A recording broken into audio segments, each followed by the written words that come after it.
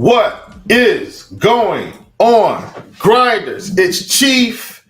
We're in the building. It's Monday. It's June 19th, 2023. It's also a celebration of Juneteenth. So for everybody that's going to celebrate Juneteenth, happy holiday. And I am excited about this beautiful day, excited about this week, excited about life in general. And I'm so grateful that you guys continue to come on and try to support the work we're doing here for this outstanding industry that is DFS as a whole. And so, we've got our little niche here in DFS where we discuss the pick'ems version of DFS. And so, once again, I'm just elated that you guys come on and that we try to grow this industry together, and also hopefully put a few more dollars in your pockets as well. So we're going to kick it off with winning words of wisdom, and this is coming from Ralph Marston.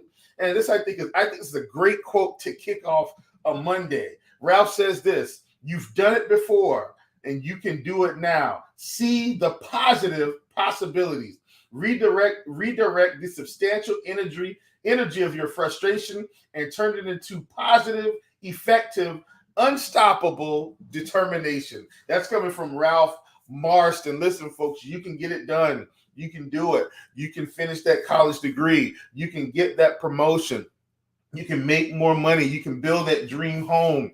Everything, the world is your oyster. It is at your fingertips, and you can get it done. And something I love that he says at the end of this is basically redirecting that negative energy, man, and turning it into a positive. A lot of times we go through adversity and things that feel uncomfortable for a moment, but in the end, it does yield something beautiful. You grow from it. You learn from it. For those of us that have started businesses, man, you go through this one business, or you go through a segment of your business, and there's a period of failure, a period of growing, a period of learning. And so when all those negative things compound, look around the corner. Something positive is coming your way by virtue of what has made you feel uncomfortable right now. Trust me on this, folks. Positivity is a beautiful thing, and we need to spread more of it around. Jeff, what's going on, my brother? So glad to see you in the chat this morning, and I'm so grateful that you decided to join us on this beautiful Juneteenth on a Monday, June 19th, 2023. Let's go over our recap from Friday. We're gonna look back here and see how we did. So, man, one of my favorite plays just had an epic fail. I mean, he did go well over his traditional pitch count that we've seen on the season. That was Martin Perez. We wanted less than 17 and a half pitching outs, and he went over. So we ended up losing that one. We did have Tristan McKenzie. He ended up becoming a DNP. So that one won't count in the tally because it's not a push or anything, just doesn't count.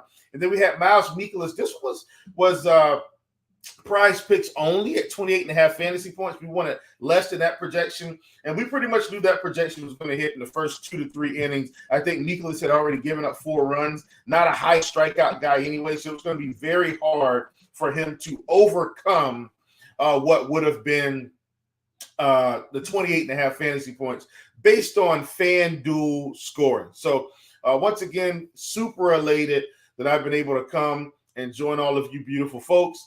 And we're going to go ahead and get started. And so today, folks, this show, I think this one is going to be slightly different in terms of, I think this is going to end up being a vivid show. And the reason why, man, as I was kind of combing the board this morning, I just think Vivid has a little bit more value than any of the other sites today. So that's kind of going to be the basis of how we kick this show off. And I just kind of wanted to put that out into the world. We've got some pick'em squares that I really like that haven't bumped and are in a positive light for us on this particular slate. So I've got three plays here. Once again, this is all going to be based on Vivid. So you won't see these on FanDuel. You will have them on FanDuel, but they will already be bumped. So we're going to sit and we're going to discuss Vivid on this morning. And I will say the early board on PrizePicks was a little bit better. We've seen some bumps even at the hour of 10:35 a.m. Eastern Standard Time. So as we discuss today's slate, keep in mind, folks, this is basically a pod that's going to be, or a show rather, that's going to be based on Vivid Picks. Okay, so everything we're talking about today is going to be based on Vivid. They've got the value, and so I'm gonna attack there until we don't have it. So I'm going to go ahead and get my screen share going here. And the first play on Vivid that we want to attack this morning, it's actually going to be James Paxton. And James Paxton is going to be facing the Minnesota Twins today. And I'm not sure if you've heard about the Twins, but the Twins have been a really high strikeout offense overall. Now, their whole team isn't striking out as much against left-handed pitching. Obviously, they've got two guys in Solano and Correa that are around 18% and 17%, and Farmer's at 22% with a lot less power. But overall, you've got Buxton at 35%. You've got Royce Lewis at 40% in limited plate appearances, might I add. Willie Castro, 27%. Kirilloff at 24%. Ryan Jeffers at 28%. Max Kepler at 28% because he's facing a lefty today. So that's where we're sitting. And what we've seen from James Paxton over the course of his season so far is the strikeout stuff is there. So that's not something we're going to have to worry about today. So over the past couple of games, especially with Colorado, Cleveland, Cincinnati, Cleveland is a fairly low strikeout team. We've seen 8 strikeouts, 9 strikeouts, 8 strikeouts, and the pitch count is there as well. He's been pitching around 100 pitches. So I'm very excited about what James Paxton can offer us. And he's at 6.5 strikeouts on Vivid, where he's 7 other places. So once again, this is going to be a Vivid show. Love Vivid today. And hopefully some of this can transfer over if we get some bumps back down in the other direction. But as of right now, Vivid at 6.5, we definitely want to attack that projection. When we look at James Paxton right now on the season, he's at a 33% K rate overall, 17.4% to lefties, but 37.2% to righties. Now, we do see the walks are at 8.3%, so he will walk a bat or two. So that's something, you're going to have to understand. But the strikeout stuff is there. So having strikeouts at 37% to righties really yields some good opportunities for us. He will see a lot more righties today than lefties. So I really like this particular angle here where we're getting Paxton at 6.5 on Vivid. When we look at what James Paxton is throwing now, he is going to be a high velocity fastball guy. And as you can see, 54% fastball at around 96 miles an hour. So that's a really good spot for us there. Next one, his alternate pitch right now is the cutter, and then we've got the changeup at about 5%. So he's mostly fastball, mostly cutter. And as we see, most teams hit fastballs pretty well, right? So we look here, we're going to see that the fastball, most of these guys aren't going to be struggling. But then when we go to the cutter, a lot of times that pitch is going to be on the ground. We don't see a whole lot of strikeouts here either. But once again, when he's throwing both of these and then he's got high velocity fastball, he's going to keep these guys off kilter. So I do really like James Paxton today. And this team hasn't seen the cutter a lot. And then, of course, changeup, you'll see a few more strikeouts, but he's not throwing the changeup enough. So and that was current and last season. When we go to the current season, as we can see, once again, this team really striking out a ton. So I like James Paxton here. In terms of the strikeout offering at 6.5, I think this is a good spot for us. Really excited to get in on that one today with Vivid Picks. So we're going to move to our next one here, and this one I'm taking a little bit of what I think is perceived value here. When I look at what Mr. Waka has been able to do, Michael Waka has been able to do. He's facing the Giants today. Obviously, we know that the Giants have been a team overall that they did have some strikeouts. They were a much higher strikeout team earlier on. What I like about Mr. Walker here, I'm going to his usage first. What you're going to see from Mr. Walker is he's a changeup guy, fastball guy, cutter, sinker, and a little bit of curveball. So he's got a good pitch mix, obviously. And he's been around for a good while. And so when we look at Michael Walker here, one of the things he's been able to do most of this season is get through innings. And so we've got Michael Walker at 17.5 pitching outs. I want to go more than that particular projection today. I'm not afraid of the San Francisco Giants. I think Flacco will be able to pitch around this team enough. He also doesn't walk a whole lot of guys, 6.9% walk rate on the season. Doesn't walk a whole lot of guys. Now, the fly ball rate's at 34%.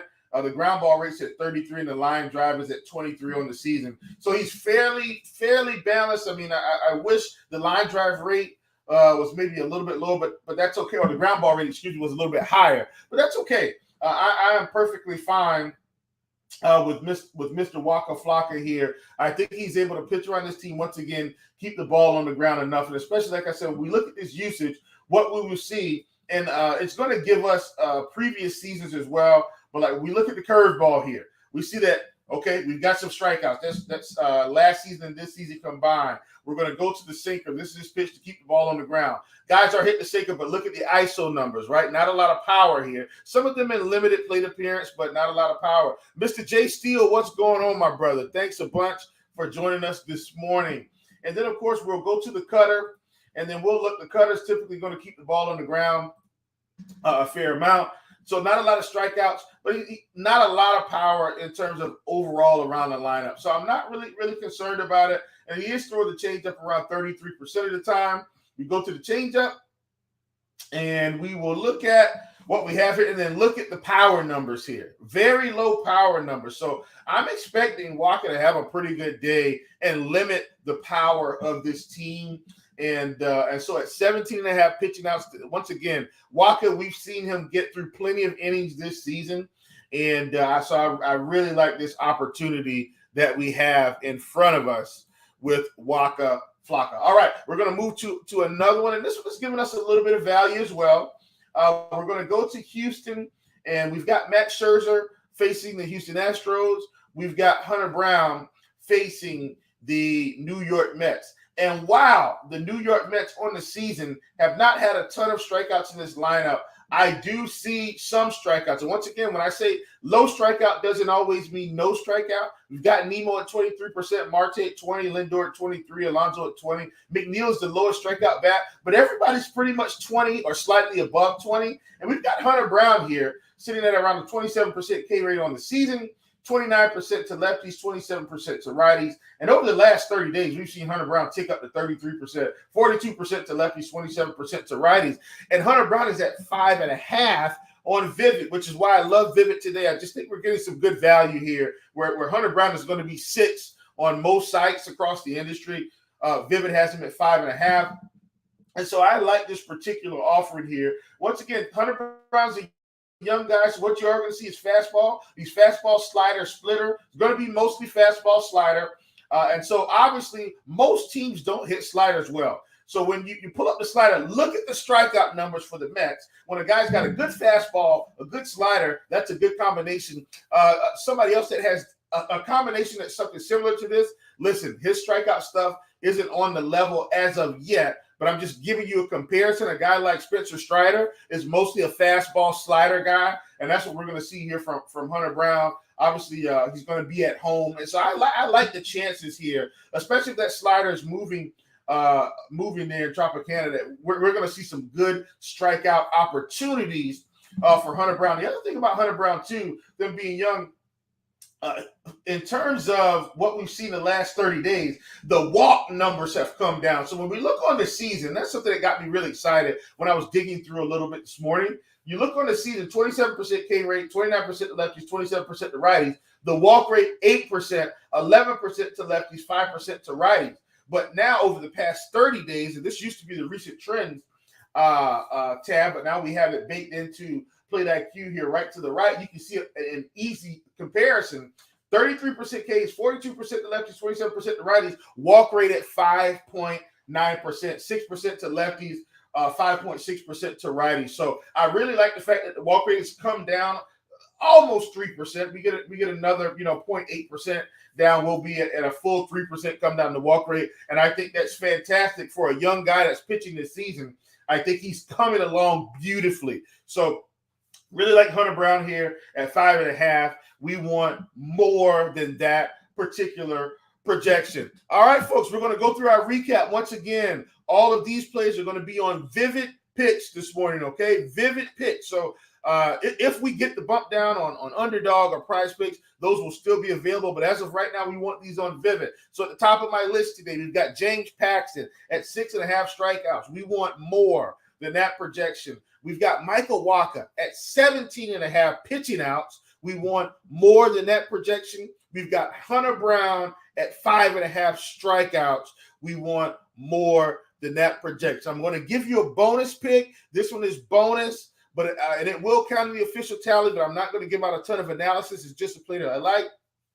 This one is on PrizePicks, and this one we have more value on PrizePicks than we do on Vivid, and that's Jordan Lyles, 50.5 pitching outs facing the Detroit Tigers. We want more than that projection. Jordan Lyles is typically a guy that's going to go between 90 and 100 pitches, and as long as he doesn't get blown up early by the Detroit Tigers, he has an opportunity to blow past the 50.5 pitching outs. He's 60.5 pitching outs on Vivid, so a little bit more value there on PrizePicks, but that's the only PrizePicks play that we have today. Everything else, you're going to get that on Vivid. Once again, folks, you've been tuned in to take your pick 'em. Thanks so much for joining me. I'm Chief. Come in with your pockets empty, leave with your pockets full. We'll see you tomorrow. Happy Juneteenth.